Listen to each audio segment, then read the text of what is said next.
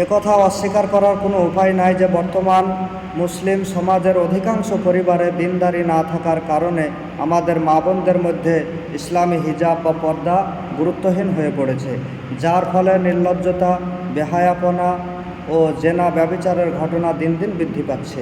বর্তমানে দেখা যাচ্ছে কিছু পরিবারের মা বোনরা হিজাব পরে রাস্তায় বের হচ্ছেন। এটা নিশ্চয়ই ভালো জিনিস, কিন্তু আফসোসের বিষয় হলো এদের মধ্যে অনেক মা বোনদের কাছে হিজাব পরাটা একটি ফ্যাশনে পরিণত হয়েছে। আবার দেখা যাচ্ছে যদিও কেউ হিজাব পরে আছেন কিন্তু তাদের চেহারাটা সম্পূর্ণ খোলা। আবার কেউ নকশা কারুকার্য করা আকর্ষণীয় বোরখা পরে বের হচ্ছেন।